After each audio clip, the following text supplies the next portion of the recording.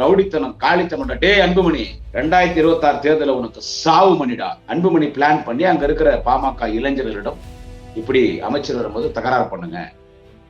இவன்லாம் ஒரு தலைவன், கோபம் வரணும், எல்லாரையும் அடிக்கணும், ரவுடி லிஸ்ட்ல உன் பேர்லாம் வரணும், உங்க அப்பா அம்மா எல்லாம் அனாதையா நிக்கணும், குடும்பம் நடுரோட்ல நிக்கணும்.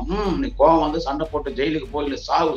நான் வாழணும், நான் பதவிக்கு வரணும், என் குடும்பம் நல்லாகணும். இந்த 10.5 நீ யார போய் கேட்கணும்னா முன்னாள் முதலமைச்சர் எதிர்கட்சி தலைவர் திரு எடப்பாடி பழனிசாமி, அவரை போய் நீங்க கேட்கணும். அடுத்து உங்க தலைவர் டாக்டர் ராமதாஸ் போய் கேட்கணும். ராமதாஸ் வீட்டுல அவருக்கே மரியாதை இல்லை. அன்புமணி அவரே 5 நிமிஷம் மதிக்கிறது இல்லை. அன்புமணி ஒரு படிச்ச ஒரு எம்பிபிஎஸ் படிச்ச ஆளையானி மண்டியில மூளையில தான் சுட்டு முட்டிக்கீழ மூளை. 2026 தேர்தல் அன்புமணி உனக்கு சாவு மணி. மயிர கொடுக்குறாங்க உனக்கு. ஜாதி கலவரத்தை உண்டாக்கினேன். திமுக ஒழிக 10.5 விட்டு கரடாவடா பண்ற மந்திரி வந்தா படுஸ் லக்காடி. உன்னெல்லாம் இப்படி பேசக்கூடாதுன்னு பட்டா பேச வச்சு என்னடா ரவுடித்தனம் பண்றேடா, பொறுக்கித்தனம் பண்றானுங்க, திருடி சாப்பிடறானுங்க, திருட்டு பசங்க, பொறப்ப பசங்க. ஒண்ணு சொல்றேன் அன்புமணிக்கு, வன்னியர்களுக்கு திமுக எதிரான கட்சின்னு சொன்னா செருப்புடிவான்.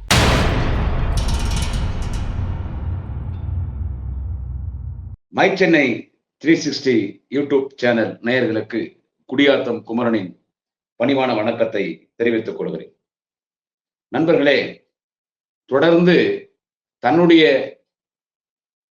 சுயநலத்திற்காக தான் எப்படியாவது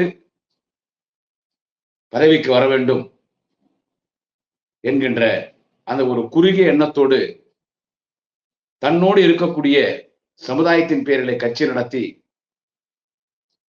அதனால் 1000 கோடிக்கணக்கிலே கொள்ளடித்துக் கொண்டிருக்கிற பாமகவின் தலைவர் அன்புமணி ராமதாஸ் தன்னுடைய சுயநலத்திற்காக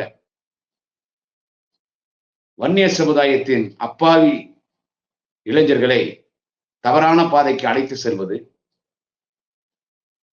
அவர்களுக்கு வன்முறையை தூண்டுகின்ற வகையிலே பேசுவது, நாட்டில் சாதி கலவரத்தை ஏற்படுத்துகின்ற வகையிலே அவர்களை அந்த ஒரு ஜாதி கலவரத்தில் அவர்கள் ஈடுபடுவது, மற்ற சமூகத்திடம் அவர்கள் தகராறுக்கு செல்ல வேண்டும். திராவிட முன்னேற்ற கழகம் என்றால் அது வன்னிய சமுதாயத்திற்கு ஒரு எதிரான கட்சி என்கின்ற ஒரு தவறான ஒரு சிந்தனையை அவருடைய மனதிலே ஊட்டுகின்ற வகையில் இன்றைக்கு அன்புமணி செயல்படுகிறார். அந்த வகையில் தான் பலன் பெற வேண்டும், தான் ஒரு மிகப்பெரிய தலைவராக சமுதாயத்தில் வேண்டும், அதனால் பொறுப்புக்கு வர வேண்டும் என்கின்ற அந்த ஒரு குறுகிய மனப்பான்மையோடு ஒரு சர்வாதிகாரத்தோடு இன்னைக்கு அன்புமணி செயல்படுகிறார். நீங்க கூட நினைக்கலாம், என்ன குடியாத்த குமரன் தினம் பாமக பத்தி, அன்புமணி பத்தி, டாக்டர் ராமதாஸ் பத்தியே பேசுறாங்க. அவங்க பண்ற அரசியல் அப்படி யாருன்னா ஒருத்தர் பேசி ஆகணும் இல்ல. எல்லாமே அந்த பொறுக்கி பையன், தமிழின துரோகி, RSS பிஜேபியினுடைய கைக்கூலி, அந்த சீமான் சாமான் பத்தி தான் பேசிட்டு இருக்காங்க. நானும் தான் பேசுறேன். ஏன்னா அவன் பேசுறதுக்கு பேசிதான் ஆகணும். இவங்க ஒரு பக்கம் பார்த்திருக்கிற வேலையை யார் மக்கள்கிட்ட சொல்றது?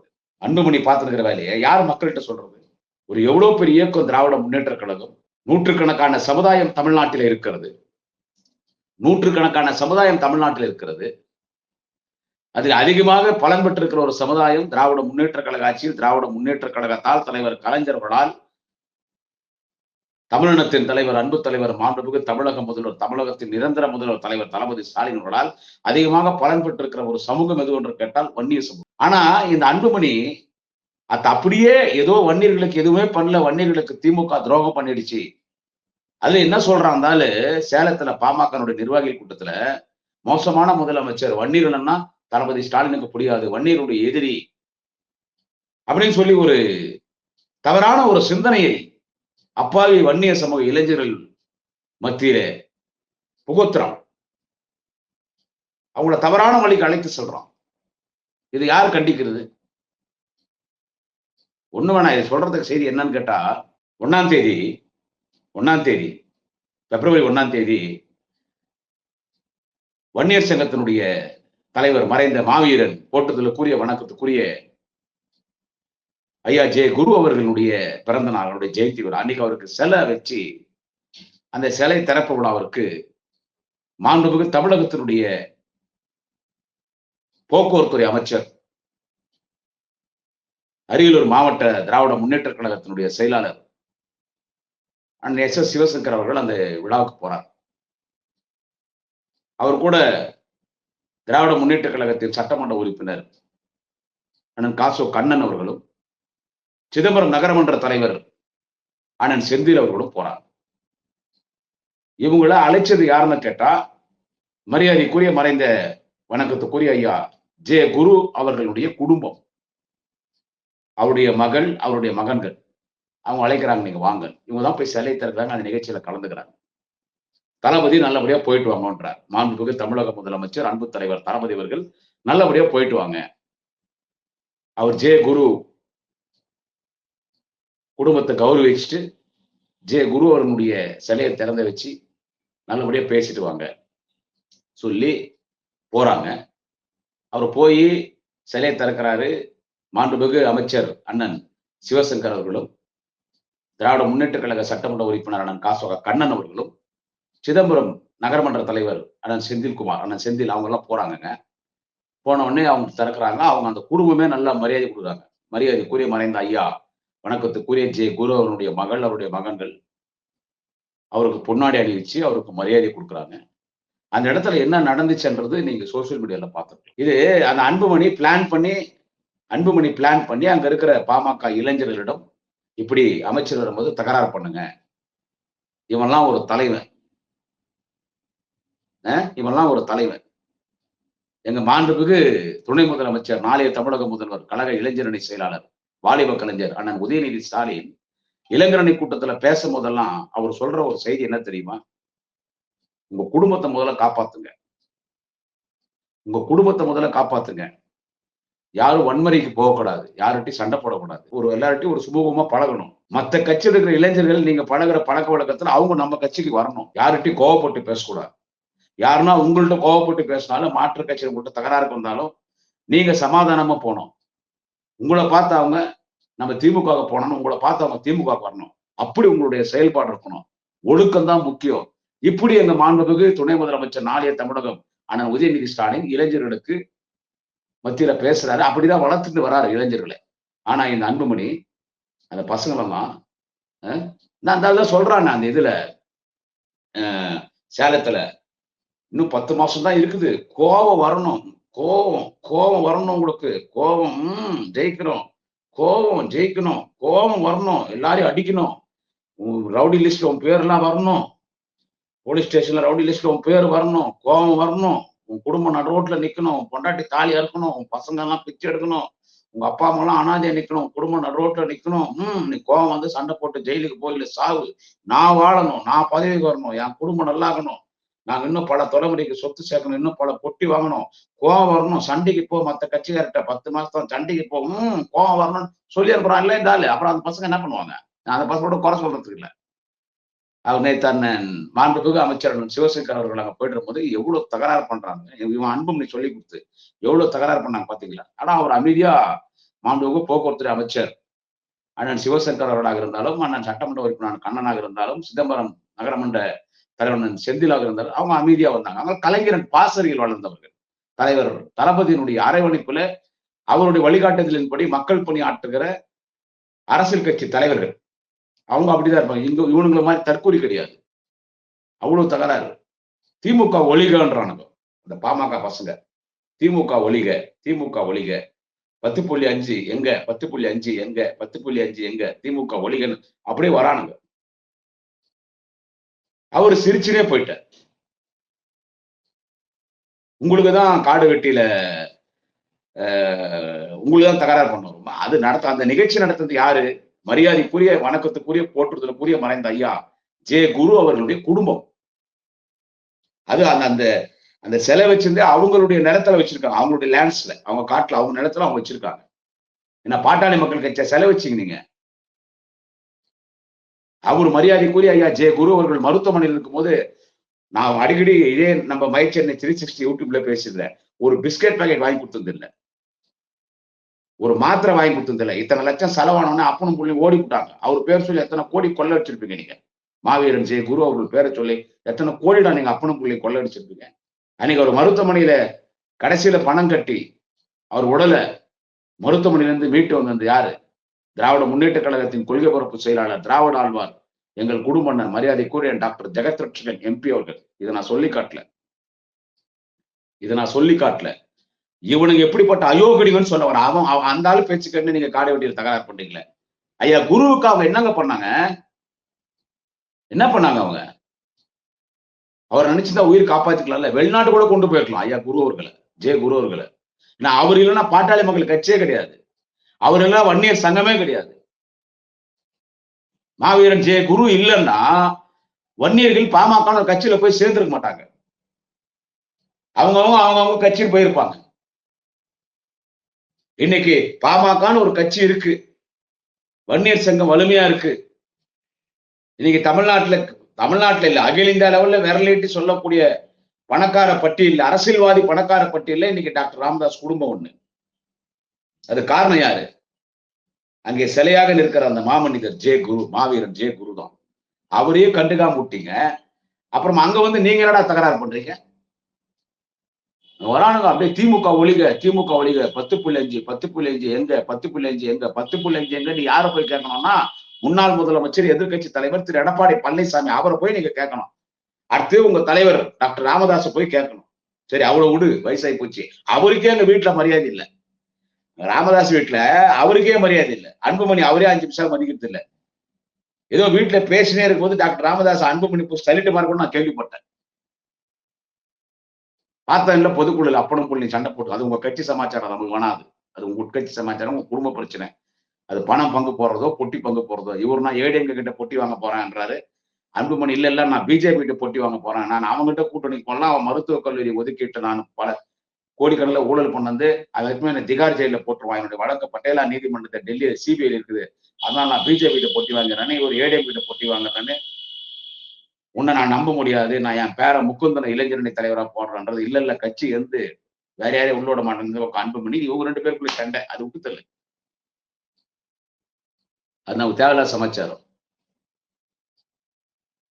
நீங்க இவங்க என்ன சொல்றது, இந்த அன்புமணி இந்த 10.5 எங்கன்னு அந்த பசங்களை கேட்க சொல்லி, 10.5 யாரு கேட்கணும்? எங்களையா கேட்கணும்? திமுக கேட்கணும், திமுக அமைச்சர் பார்த்து கேட்கணும். 10.5 எங்கன்னு எடப்பாடி பழனிசாமி கேட்கணும். அடுத்து எடப்பாடி பழனிசாமி கூட சேர்ந்து சதி திட்டம் தீட்டி நம்ம 10.5 அறிவிக்க முடியாது, அது ஒன்றிய அரசு அனுமதி கொடுக்கணும், அவன் ஜாதி வாரி கணக்கெடுப்பு நடத்தணும், அது நம்ம 2 வருஷம் ஆகும், எலெக்ஷன் வந்துச்சு, அதனால எலெக்ஷன் அறிவிக்கிற அன்னைக்கு, எலெக்ஷன் அறிவிக்கிறதுக்கு ஒரு 3 மணி நேரம் இருக்கும்போது, ஒரு 5 மணிக்கு சாயங்காலம் எலெக்ஷன் அறிவிக்கிறாங்கன்னா, ஒரு 2 மணிக்கு 10.5 வன்னியர்களுக்கு ஒதுக்கப்பட்டதுன்னு ஒரு ஜியோ பாஸ் பண்ணிடலாம்னு சொல்லி எலெக்ஷன் அறிவிக்கிற அன்னைக்கு கரெக்டா தேர்தல் அறிவிக்கிறதுக்கு 3 மணி நேரத்துக்கு முன்னால 1:30 மணிக்கோ 2 மணிக்கோ எடப்பாடி பழனிசாமி அறிவிக்கிறார், ஜியோ பாஸ் பண்றார்.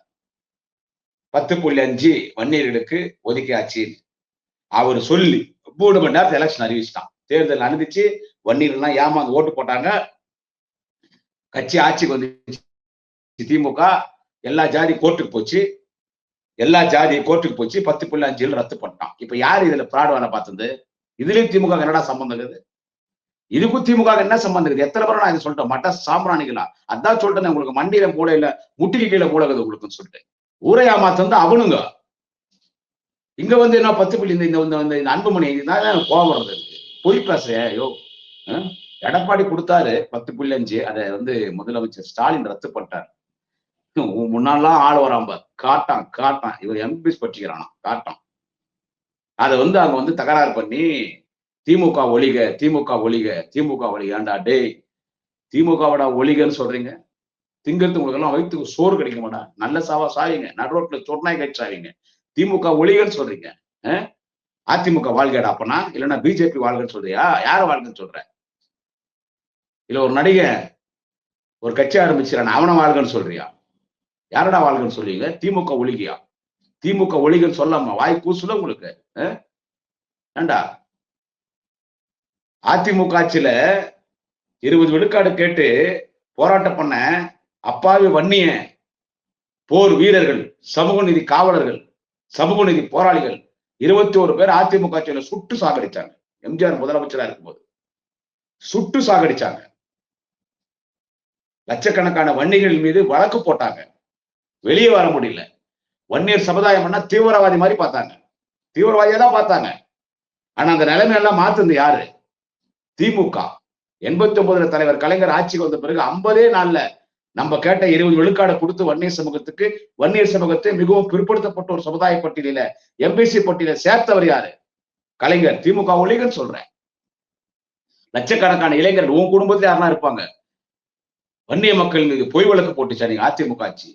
அந்த வழக்கெல்லாம் எஃப்ஐஆர் புக் ஆயிடுச்சுன்னா என்ன இருக்குது? எல்லாரும் எதிர்காலமே கேள்விக்குறி. யாரும் அரசு வேலைக்கு போய் முடியாது, யாரும் படிக்க முடியாது, எல்லாரும் அக்யூஸ்டா பார்த்திருப்பாங்க.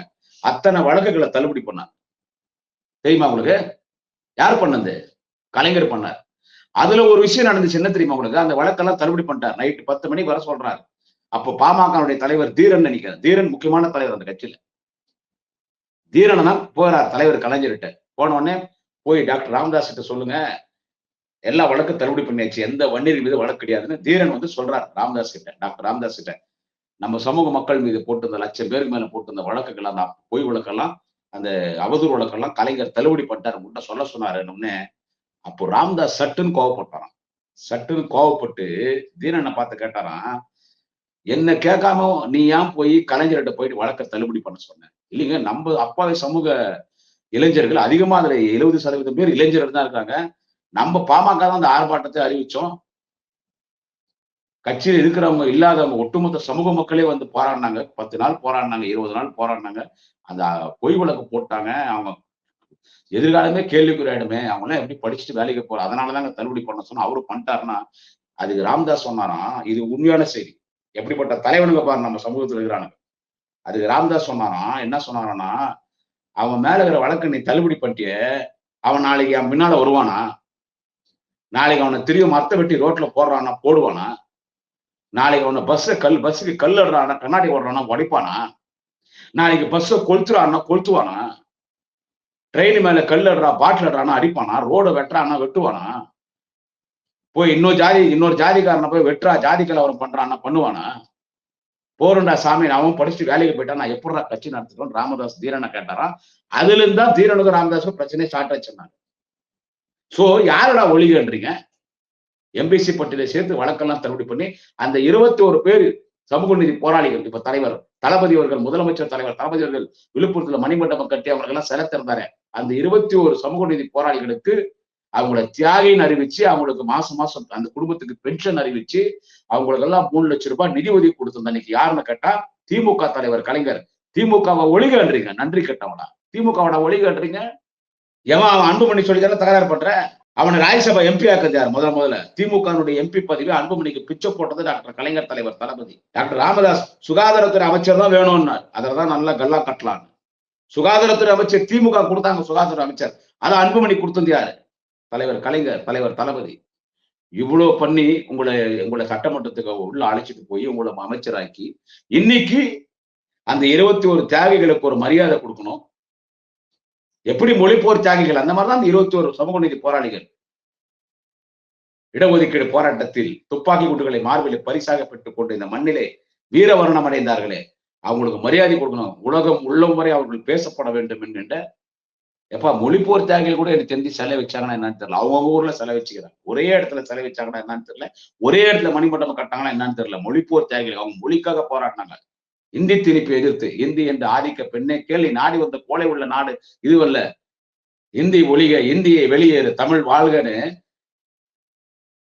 தாளமுத்து நடராசன், விருகம்பாக்கம் சண்முகமணி, எக்கச்சக்கமான பேர். கலைஞரே மொழிப்போர் தியாகி தானே. 14 வயசுல திருவாரூர் வீதியிலே கையிலே தமிழ் கொடி ஏந்தி இந்தி என தேடி வந்த பெண்ணே கேள்வி நாடி வந்த கோலை உள்ள நாடு இதுவல்ல. 16 வயதிலே கால் சட்டை போட்ட மாணவனாய் கையிலே தமிழ் கொடி ஏந்தி புயல் மனத்தோடு போர்க்குணத்தோடு மொழி போராட்டத்தின் மூலமாக அரசியல் களத்திற்கு வந்த தலைவன். முதல் 14 வயதிலே கையேடு முரசில் பத்திரிகை இளமை பலி கட்டுரை எழுதி தமிழ் வாழ்க என்று, இந்தி ஒளி என்று அரசியல் களத்தில் வந்த தலைவன் தான் டாக்டர் கலைஞர்.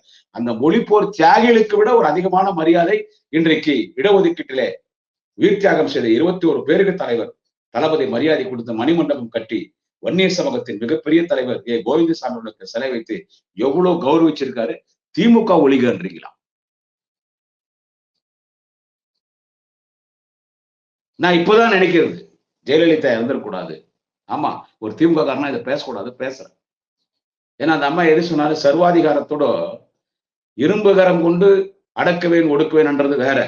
சர்வாதிகாரத்தரத்தோடு, சர்வாதிகாரமான இரும்பு கரத்தோடு அடக்கக்கூடியவர் ஜெயலலிதா. ஜெயலலிதா எல்லாம் இருந்திருந்தா என்ன சொல்றது, இந்த பாமக காரங்க எல்லாம் ஆடிட மாட்டேங்க, அச்சு தூக்கி உள்ள போட்டுருவாங்க. அந்த காலத்திலே ராமதாஸ் அச்சு தூக்கி போட்டு டவுன் பஸ் எடுத்துன்னு வந்து வேலூர் ஜெயில போட்டாங்க. அப்ப காப்பாத்து டாக்டர் கலைஞர், ராமதாஸ் துணைவியார் அன்புமணி அவங்க அம்மா, அவங்க போய் தலைவர் கலைஞர் வீட்டு வாசப்பட இருந்தாங்க. மரியாதைக்குரிய டாக்டர் ராமதாசனுடைய துணைவியார் அன்புமணியுடைய அம்மா, அந்த அந்த அம்மையார் போய் நின்று கலைஞர் காப்பாத்தினார். திமுக ஒழிகையா? ஒழிகன்னா இன துரோகி, காக்கை வன்னின்னு திமுக காரனை பார்த்து சொல்றீங்களே, காக்கை வன்னி யாருன்னு கேட்டா அவன் அன்புமணி, அவங்க அப்பா ராமதாஸ், இவங்க 2 பேர் தான். சரி, அவர் கூட ஒரு வயசாகி போச்சுன்னா அவருக்கே எங்க மரியாதை என்னும்போது அவரை பத்தி நம்பியாம பேசி, அவர் பண்ண தப்பு அன்புமணி அரசியலுக்கு கூட்டு வந்தது. அது உணர்றாரு அவர். இப்ப டாக்டர் ராமதாஸ் உணர்றாரு. அதனாலதான் அவங்க பேர முகுந்தனை கூட்டு வரலான்னு பாக்குறாரு.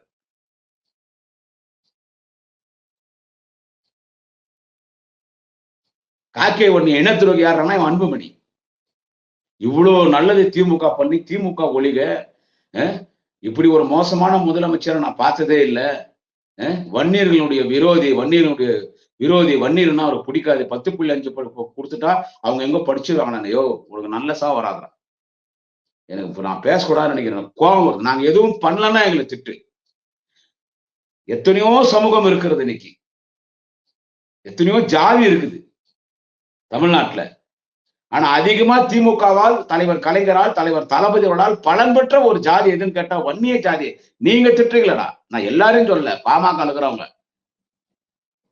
இவன் அன்புமணி அவனுடைய சுய லாபத்திற்காக, அவனுடைய சுயநலத்திற்காக நம்ம சமூகத்தின் இளைஞர்களை தவறான பாதைக்கு அழைத்து செல்வோம். ஒரு சிலத்திறப்பு விழால ஒரு அமைச்சரா இருக்கிறது, அது வன்னிய சமூகத்தை சேர்ந்தவங்க. வந்த 3 பேர் யாரு? மாண்புமிகு போக்குவரத்து அமைச்சர் எஸ்.எஸ். சிவசங்கர், வன்னிய சமூகத்தை சேர்ந்தவர். அவங்க அப்பா MP இருந்தவர், பெரிய தலைவர் சிவசுப்ரமணியம். காசோகா கண்ணன், அவர் யார்? அவங்க அப்பா காசோ கணேசன். நான் கூட்டத்தெல்லாம் போகிற அரியலூர் பகுதியில பெரிய தலைவர், திமுக பெரிய தலைவர். அண்ணன் செந்தில்குமார் யாரு? சிதம்பரம் நகரமன்ற தலைவர். வேங்கையின் மைந்தன் மாண்புமிகு வேளாண்மைத்துறை அமைச்சர் அண்ணன் MRK பன்னீர்செல்வம் அவர்களுடைய மைத்துனர். அவர் வன்னிய சமூகத்தை சேர்ந்தவர். எனவே நமது வன்னிய சமூகத்தை சேர்ந்த 3 தலைவர்களில் கழகத்தின் 2ஆம் கட்ட தலைவர்கள், அமைச்சர், MLA, சேர்மன், வன்னிய சமூகத்தை சேர்ந்த வந்தவத்துக்கே இவ்வளவு தகராறு, இவ்வளவு பொறுக்கித்தனம், இவ்வளவு ரவுடித்தனம் பண்றீங்களா? அவன் அன்புமணி சொன்னான்னு சொல்லி காலித்தனம் பண்றீங்களே, இது வேற சமூகத்துல வந்தா வேற என்னடா பண்ணிருப்பீங்க? தமிழ்நாட்டுல சட்ட ஒழுங்கு கெடுக்கிறீங்களா? பிஜேபி RSS காரனுடைய மலத்தை சாப்பிடுறான் பார். அவன் கொடுக்குற அந்த பணம், ஒரு பக்கம் கேஸ் பயம், இன்னொரு பக்கம் பணமும் கொடுக்குறான், மலத்தையும் சாப்பிடுறான். சீமான் சாமான், அந்த தேவடியா பையன் மாதிரி. இதெல்லாம் அன்புமணி ஒரு படிச்ச ஒரு MBBS படிச்ச ஆளையா நீ? பசங்க விட்டு கலாட்டா பண்ணி அப்படியே வரானுங்க, ஓடி வரானுங்க. ஒன்னா ஒரு 100 பேர் தான் வரானுங்க. அங்க எவ்வளவு நேரம் போலீஸ் சொல்றது? ரிசர்வ் இருக்கிறதுக்கு ஒரு 500 போலீஸ் இருந்தா அங்க இருந்திருப்பீங்களாங்க? வழக்கு போட்டா தாங்குவீங்களா? அதெல்லாம் தளபதி செய்ய மாட்டார். அதனாலதான் நீங்க எல்லாம் இவ்வளவு ஆட்டம் போடுறீங்க. அதெல்லாம் தளபதி செய்ய மாட்டார். அதனாலதான் நீங்க இவ்வளவு ஆட்டம் போடுறீங்க. 2026 தேர்தல் அன்புமணிக்கு சொல்றேன். 2026 தேர்தல் அன்புமணி உனக்கு அரசியல் வாழ்க்கையில சாவு மணி. அன்புமணி 2026 தேர்தல் அன்புமணிக்கு அரசியல்ல சாவு மணி அடிக்க போறோம். மக்கள் அடிப்பாங்க, அது தளபதி செய்ய மாட்டார். மக்கள் அடிப்பாங்க. உன்னுடைய இந்த ஜாதி கூட உண்மையான உணர்வான ஜாதி வெறிக்குதா?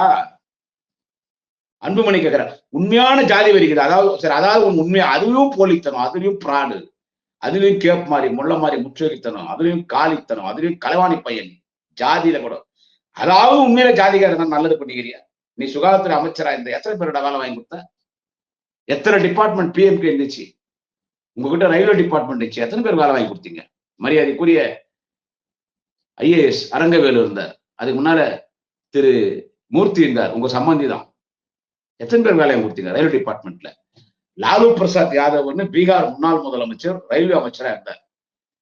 காஷ்மீர் முதல் கன்னியாகுமரி வரைக்கும் ரயில்வே ஸ்டேஷன்ல போய் பாரு. இந்த சின்ன சின்ன ஊர்ல சப்ஸ்டேஷன் தான் இருக்கும் பாரு. இந்த கேட் கீப்பரு, சப்ஸ்டேஷனு, இந்த லைட் காட்டுறவன், ரயில்வேல லேபரு, உயர் அதிகாரி, அத்தனை போய் பாரு. எல்லாமே பீகார்காரன் தான். எங்க குடியாத்து ஸ்டேஷன்ல டிக்கெட் கொடுக்குறவங்க மணி அடிக்கிறவங்க இருந்து, கொடியை காட்டுறவங்க இருந்து, தண்டவாளத்தை சரி பண்றவங்க அத்தனை பேர் யாருன்னு கேட்டா 4 பேர் தமிழ்காரன், 30 பேர் பீகார்காரன். அவனுக்கு ஹிந்தி கூட வரல, அவனுக்கு பீகார் தான் வருது. எல்லாமே பீகாரி தான் இருக்கலாம். கேட் கீப்பர் இருக்கிறாங்க இல்ல, கேட் கீப்பர் அவன் கூட யாருன்னு கேட்டா அவனும் பீகார்காரன் தான். லாலு பிரசாத் யாதவ் ரயில்வே துறை அமைச்சராக இருக்கும்போது அவங்க ஸ்டேட்டை சேர்ந்தவங்க கூட லட்சக்கணக்கான பேர் இந்தியா முழுவதும் லாலு பிரசாத் யாதவ் அவர்கள் இந்தியா முழுவதும் பீகார்காரன் போட்டு போயிட்டாங்க. ஏன் நீங்க எடுத்துக்கிற என்ன அமைச்சரா? நீ தமிழ்நாட்டுல இருக்கிறவங்களை வந்துட்டு எல்லாரையும் போடுன்னு சொல்ல. உன் கட்சியில நீ சொன்னா மரத்தை வெட்டுறவன், நீ சொன்னா பஸ்ஸை கொளுத்துறவன், நீ சொன்னா பஸ் கல் அடிக்கிறவன், நீ சொன்னா ட்ரெயின் கல் அடிக்கிறவன், நீ சொன்னா ரோட வெட்டுறவன், நீ சொன்னா இன்னொரு ஜாதிகாரனை போய் வெட்டுறவன், ஜாதி கலவரம் பண்றவன், ஏதோ இப்ப படுறான் பாரு அமைச்சர் வந்து நேற்று கண்ணானு பாரு காலித்தன் பண்ணனுங்க. அப்படி உன்னை நம்பி நீ சொல்ற சரி. அந்த மாதிரி நம்ம சமுதாய பசங்களை அவங்கள ஒரு 10,000 பேர் தமிழ்நாட்டுல ரயில்வே டிபார்ட்மெண்ட்ல வேலைக்கு போட்டுருக்கலாம்ல. போட்டானுங்க, துட்டை வாங்கின்னு இன்னொருத்தனை போட்டானுங்க. சோ சமுதாயத்துக்கு ஒண்ணும் நல்லது பண்ணல. சமுதாயத்தை வச்சு நீ ஆதாயம் அடையறதுக்கு நீ பண்ற ஃப்ராடு வேலை. உண்மையிலே வன்னிய சமுதாயத்தின் மக்கள் எங்கள் வன்னிய சமுதாயத்தினுக்கு நல்லது செஞ்சவர், வன்னிய சமுதாயத்தின் பாதுகாவலர், காவலர், ரட்சகர், எங்களுடைய குலதெய்வம் முனீஸ்வரம் மாதிரி எங்களுக்கு எங்க சமுதாயத்துக்கு இன்னொரு குலதெய்வம் யாருன்னு சொல்லணும்னா ராமதாஸ் அன்புமணி இல்ல. அங்க மெரினால ஓய்வு எடுத்துட்டு பாரு ஒரு தலைவர் டாக்டர் கலைஞர். அந்த தலைவர் கலைஞர் தான் நம்ம வன்னிய சமூகத்தின் விடிவெள்ளின்னு சொல்லணும். திமுக ஒலிகியம் 10.5 10.5 இந்த 10.5 பிராடு வேலை பண்றத தயவு செஞ்சு இந்த 10.5 பித்தலாட்டம் தானே பண்ணது எடப்பாடி பழனிசாமியோட சேர்ந்து அன்புமணியும் டாக்டர் ராமதாஸ் தான் பிளான் பண்ணி நம்ம ஜாதிகாரர் நம்ம ஒராடம் அந்த மாதிரி நாங்க சொல்றது அவங்க கேட்பாங்க. அவங்களை ஈஸியா ஏமாத்திடலாம், அவங்க நாங்க ஈஸியா ஏமாத்திடலாம். நீங்க ஒன்னும் கவலைப்படாதீங்க, 10.5 நீங்க சொல்லிட்டு போங்க, அது நாளைக்கு ரத்து பண்ணிடுவாங்க. பழியத்துக்கு திமுக மேல போட்டுலாம், பழியத்துக்கு திமுக மேல போடுறான் நீதிமன்றத்தில் ரத்து பண்ணதுக்கு தீர்ப்பு சொல்றாங்களே. ஜாதி வாரி கணக்கெடுப்பு நடத்து நீங்க இன்னைக்கு மோடி கிட்ட தானே லேபரா வேலை பார்க்கறீங்க. அப்பனும் புள்ளியும் அன்புமணியும் ராமதாசும் போங்க அங்க போய் கேளுங்க. ஜாதி வாரி கணக்கெடுப்பு நடத்து இடஒதுக்கீட்டு கொடுப்பானா பிஜேபி? மண்டியில மூளையில தான் சொல்லிட்டு முட்டிக்கீழ மூளை இடஒதுக்கீடு கொடுப்பானா? இடஒதுக்கீட்டு கொடுப்பானா பிஜேபி? நாங்க போராடி இருக்கிறோம். எனவே இவ்வளவு இந்த பொறுக்கித்தனம், இந்த காளித்தனம், இந்த ரவுடித்தனம் இதெல்லாம் அன்புமணி பண்றது தான் சொல்ற. 2026 தேர்தல் அன்புமணி உனக்கு சாவு மணி. 2026 சட்டமன்ற பொது தேர்தலில் அன்புமணி உனக்கு சாவு மணி அடிக்க போகிறார் தமிழக வாக்காளர்கள். முக்கியமாக வன்னிய சமூக மக்கள் அன்புமணிக்கு சாவு மணி அடிப்பார் 2026 தேர்தலில். எழுதி வைத்துக் கொள்ளுங்கள், எழுதி வைத்துக் கொள்ளுங்கள். 10 மாசம் தான், அப்புறமா பாரு என்ன நடக்குது. கூட்டணி ஆட்சிதான். போடா போடா பாடு, கூட்டணி ஆட்சியா? என் தலைவர் தளபதி தாண்டா 2026 முதலமைச்சரு. எங்க அண்ணன் உதயநிதி ஸ்டாலின் தாண்டா துணை முதலமைச்சரு. என்னாலும் நிரந்தரமா முதலமைச்சர் எங்க தலைவர் தளபதி தாண்டா. எதிர்காலத்துல எங்க மாண்புமிகு அண்ணன் உதயநிதி ஸ்டாலின் தாண்டா முதலமைச்சரு. மயிர கொடுக்குறாங்க உனக்கு ஜாதி கலவரத்தை உண்டாக்கின்னு. திமுக ஒழிக 10.5 விட்டு கலாட்டாவடா பண்ற மந்திரி வந்தா படுஸ் லக்காடி கலாட்டாவை பண்ற. உன்னெல்லாம் இப்படி பேசக்கூடாதுன்னு பட்டா பேச வச்ச என்னடா ரவுடித்தனம் பண்றியடா? நாங்க பண்ணா தாங்கியோடா நீ? நாங்க பண்ணா தாங்குவியா? டேய் பழைய திமுக உனக்கு தெரியுமா? உனக்கு பழைய திமுக காரணம் உனக்கு தெரியுமா? ரொம்ப நேரம் ஆகாது. லட்சக்கணக்கான இளைஞர்கள் இன்னைக்கு எங்கள் இளைய தளபதி நாளைய தமிழகம் வாலிப கலைஞர் மாண்புமிகு அண்ணன் உதயநிதி ஸ்டாலின் பின்னால் அணிதிரண்டு நிற்கிறார்கள். அவர் யாரும் தவறான வழியில போகக்கூடாது, யாருக்கிட்டையும் சண்டை போடக்கூடாது, மாற்றுக் கட்சியினர்கிட்ட சண்டை போடக்கூடாது. மாற்றுக் கட்சியினர் உங்ககிட்ட சண்டைக்கு வந்தாலும் நீ அவங்கிட்ட பணிவா பேசணும். உன்னுடைய பணிவை பார்த்து அவன் திமுக வந்து சேரணும். அப்படி உன்னுடைய செயல்பாடு அரசியல் இருக்கணும்னு அப்படி திருத்துறாரு. நீ நல்ல பசங்க, படிச்ச பசங்க, அவங்களெல்லாம் பொறுக்கி பசங்களா மாத்தி, அவங்களாம் ரவுடிகளை மாத்தி, அவங்கள வன்முறையாக்கி சண்டைக்கு விட்டு அங்க 2 பேரும் அடிச்சுன்னு தான் வச்சுக்கோங்க. ஒரு ஒரு ஒரு கிளாஸ் ஆயிடுச்சு, அங்க சண்டை ஆயிடுச்சு, அடிதடியாய் வெட்டிக்கணும். 4 பேர் செத்துந்தான். பாமக 4 பேர் மண்டை போட்டான். யாரா அந்த குடும்பத்தை காப்பாத்துது? நீ காப்பாத்துவேடா? 21 அப்பாவி வன்னிய மக்களுக்கு அந்த இடஒதுக்கீட்டுல இறந்தாங்களே அவங்களுக்கு நிதி தர, நிலம் 5 ஏக்கர் நிலம் தர, வீடு கட்டி தர, பொய்ய சொல்லி அவங்க பேர் சொல்லி வசூல் பண்ணி அப்பனும் புள்ளி எடுத்துட்டு போயிட்டீங்க.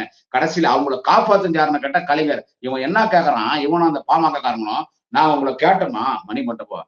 உங்களையாண்டா நாங்க கேட்கணும், நீங்க யாருடா நீங்க? அவங்களுக்கு பாமக சம்பந்தமே இல்லை. அவங்கள நீ கண்டிக்காம விட்ட. உங்களையாண்டா நாங்க கேட்கணும்? அவங்களுக்கு மணிமண்டபம் கட்டணும். இந்த 21 சமூக நீதி போராளிகளுக்கு, தியாகிகளுக்கு மணிமண்டபம் கட்டினா அவங்களுக்கு செலவிக்கணும். ஏஜி கோவிந்தசாமி அவர்களுக்கு செலவிக்கணும். மணிமண்டபம் கட்டி அந்த சமுதாயத்துக்கு ஒரு கௌரவத்தை தேடி தரணும். இடஒதுக்கீட்டுக்காக உயிர் தியாகம் பண்ண 21 தியாகிகளுக்கு ஒரு கௌரவம் பண்ணும், அந்த குடும்பத்துக்கு கௌரவம் பண்ணும், அவங்களுக்கு ஒரு மணிமண்டபம் கட்டி அவங்களுக்கு செலவிக்கணும்னு தளபதி இடத்துல கோரிக்கை வைத்தது யார் என்று கேட்டால் திராவிட ஆழ்வார், திமுக கொள்கை பொறுப்பு செயலாளர், அரக்கோணம் நாடாளுமன்ற உறுப்பினர், முன்னாள் மத்திய அமைச்சர் எங்கள் குடும்ப அண்ணன் மாண்புமிகு அண்ணன் டாக்டர் ஜெகத் ரட்சகன் அவர் தான் வச்சார் கோரிக்கை தலைவர் தளபதி கிட்ட. அவரும் அவர் கூட இன்றைய விக்கிரவாண்டி தொகுதி சட்டமன்ற உறுப்பினர் அண்ணன் அன்னியூர் சிவா சொன்னாரே தளபதி அந்த மணிமண்டபம் திறப்புள்ளால விழுப்புரத்துல தியாகிகளுக்கு மணிமண்டபம் கட்ட வேண்டும், சிலை வைக்க வேண்டும், ஏ கோவிந்தசாமி அவர்களுக்கு சிலை வைக்க வேண்டும் என்று என்னிடத்துல 2006 தேர்தல் பரப்புரைக்கு எதிர்க்கட்சிகள் வரும் பொழுது என்னிடத்திலே கோரிக்கை வைத்தது திராவிட ஆழ்வார் அண்ணன் டாக்டர் ஜெகத் ரட்சகன் தான் அப்படின்னு பதிவு பண்ணாரு. நீங்க யாருன்னா போய் கோரிக்கை வச்சீங்களா? இவ்வளவு ஃப்ராடு வேலை பண்றானுங்க. ஜாதி பேரை சொல்லி இவ்வளவு ஃப்ராடு, இவ்வளவு பொறுக்கித்தனம் பண்றானுங்க. திருடி சாப்பிடறானுங்க, திருட்டு பசங்க, பொறம்போக்கு பசங்க. இதெல்லாம் திருடி கூட சாப்பிட்டு ஒழிஞ்சு போகடா. ஏன்டா அப்பாவி இளைஞர்களை தவறான வழி கொண்டு போற? அதுதான் எனக்கு வருத்தம். எனக்கு அவன் எவ்வளவு வெறித்தனமா திமுக ஒளிகாணும் போது அவன் உடம்புல அவ்வளவு வெறிக்குது. அப்படி ஏற்றி வச்சுக்கலாம் இவன் அன்புமணி. 10.5 எங்கன்றான் ஒரு அமைச்சர் வந்து அவ்வளவு காலித்தனம். கரெக்டா நாங்க நினைச்சா அன்புமணிக்கு எங்களுக்கு எவ்வளவு நேரம் தமிழ்நாட்டுல வளாத்த மாட்டான் அவன் எங்கேயுமே. நாங்க திமுக நினைச்ச வரியா பாத்துக்கலாம். ஆனா அது தளபதி விரும்ப மாட்டாரு. இப்படி பேசுறதுன்னா அவர் காதுக்கு போனாலே கூப்பிட்டுட்டுவாரு. நீ ரவுடி அரசியல் பண்ற, கேப் மாதிரி முள்ள மாதிரி முச்சோக்கி பொறுக்கி அரசியல் பண்ற அன்புமணி. நீ லக்கடி பாடுஸ் அரசியலடா பண்ற அரசியல். என்ன ஜாதிக்க தமிழ்நாட்டுல தூண்டுறான்னு பாக்குறியா? பார்க்கலாம் வாடா. 2026 தேர்தல்டா, உனக்கு சாவமணி அடிக்கிறாங்க. என்ன சொல்றது? அந்த 2026 2ஆம் முறை தளபதி முதலமைச்சராரு. அப்போ தளபதியோட அரசியல் எப்படி இருக்குதுன்னு பாருங்க. எல்லாம் பவனே பெட்டா அட்ரஸ்க்கு எல்லாம் எடுத்து போயிடுவோம். நீ எல்லாம் நான் ஒண்ணு சொல்றேன் அன்புமணிக்கு, உனக்கு நான் லாஸ்ட் வார்னிங் கொடுக்கண்டா. நீ என்னன்னா பேசுறா, எவ்வளவு கரெக்டா பண்றா பாத்துக்கலாம். ஆனா பெட்டா வன்னியர்களுக்கு தளபதி ஸ்டாலின் எதிரானவர் இன்னொரு முறை சொன்ன செருப்படி விடும். நீ அரசியல் பண்ணி என்னன்னா பண்ண பாத்துக்கலாம். எலெக்ஷன் நீ எல்லாம் செல்லாக்கா சொல்ல சொன்ன எலெக்ஷன்ல உனக்கு அன்புமணி உனக்கு சாவமணிடா உனக்கு எலெக்ஷன்ல 2026 தேர்தல் தமிழ்நாட்டு நிரந்தர முதல்வர் தளபதி ஸ்டாலின், தலைவர் தளபதி ஸ்டாலின், எதிர்கால மாண்புமிகு உதயநிதி ஸ்டாலின் தான். என்ன சொல்றது? நீ பேசு. ஆனா ஒண்ணு சொல்ற அன்புமணிக்கு, வன்னியர்களுக்கு திமுக எதிரான கட்சின்னு சொன்னா செருப்படி வாங்குவ. வன்னியர்களை எம்பிசி ஆக்குந்த திமுக, பொய் வழக்க தள்ளுபடி பண்ண திமுக, தியாகிகளுக்கு நிதி உதவி வழங்குந்த திமுக, தியாகிகளுக்கு உதவித்தொகை வழங்குந்த திமுக, இன்னைக்கு மணிமண்டபம் கட்டி செலவு வச்சு கௌரவிச்சிருந்த திமுக, வன்னியர்களுக்கு நல்லது பண்ணது திமுக மட்டும் தான்டா. வேற யாரு? டாக்டர் காந்தராஜ் அழகா பேசுறாரு, வெற்றி செய்யறாரு வன்னியர் கூட்டத்துக்கு தலைவர் திரு CN ராமமூர்த்தி. ஏன்னா உங்க உண்மை தெரிஞ்சவர் அவரு தான். அவர் சொல்றதெல்லாம் பேசினா பிரச்சனை பெருசா வர மாட்டேங்குது. அவர் எங்கெங்கயோ போறாரு. எல்லாம் ஆதாரத்தோட பேசுறாரு. ஆதார் இல்லாத பேசல, ஆதாரத்தோட பேச. இவ்வளவு நாலு பொழப்பு. சில மாவீரன் ஜெயகுரு சிலத்திரப்புழாக்க அமைச்சர் வந்தா ஒளிக திமுக ஒளிக 10 பட ரவுடித்தனம் காலித்தனம். டே அன்புமணி, 2026 தேர்தல உனக்கு சாவு மணிடா, உனக்கு சாவு மணி. பாத்துக்கலாம் வா. நன்றி வணக்கம். நாளை இன்னொரு பதிவிலை சந்திக்கிறேன். ஒரு ஆளுமே 145 கட்சி பெண்கள் பாஜக பெண்கள் கம்ப்ளைண்ட் கொடுத்திருக்காங்க. கேசவ விநாயகம் அந்த ஆளு RSS காரன் ஒருத்தன் 142 பேர் வந்து கம்ப்ளைண்ட் கொடுத்தாங்க. இவங்க பேசுறாங்க பேச்சு. அப்புறம் ஒருத்தன் வந்து பூஜை ரூம்ல உட்காந்துட்டு என்னமோ பண்ணிட்டு இருந்தானே. இந்த கும்பல்லாம் பாலியல் சுரண்டலை பத்தி பேசலாமா? இந்தியா முழுதும் பாலியல் சுரண்டலை பக்காவா பண்ணிட்டு இருக்கிற கேடுகட்ட ஒரு கட்சி இந்த கும்பல்.